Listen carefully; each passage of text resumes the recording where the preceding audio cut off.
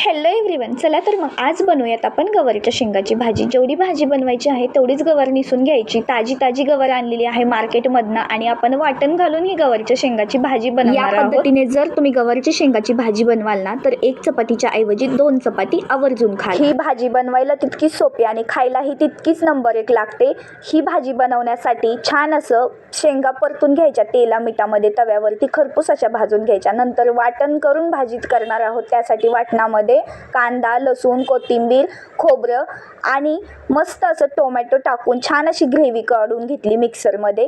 छान अशी ग्रेव्ही तेलामध्ये लालसर होईपर्यंत भाजली. हळद, लाल तिखट, काळं तिखट, चवीनुसार मीठ टाकलं आणि छान असं तरी येईपर्यंत मसाला असाच हलवून घेतला. पाणी टाकायचं थोडंसं मसाला शिजण्यासाठी, म्हणजे मसाला खाली करपणार नाही. आणि जरा कमी प्रमाणामध्ये वापरा. सरभरीतच भाजी नंबर 1 लागते. वरून छान अशी उकळी आल्यास कोथिंबीर टाकली. व्हिडिओ आवडल्यास लाईक, शेअर आणि सबस्क्राईब. धन्यवाद.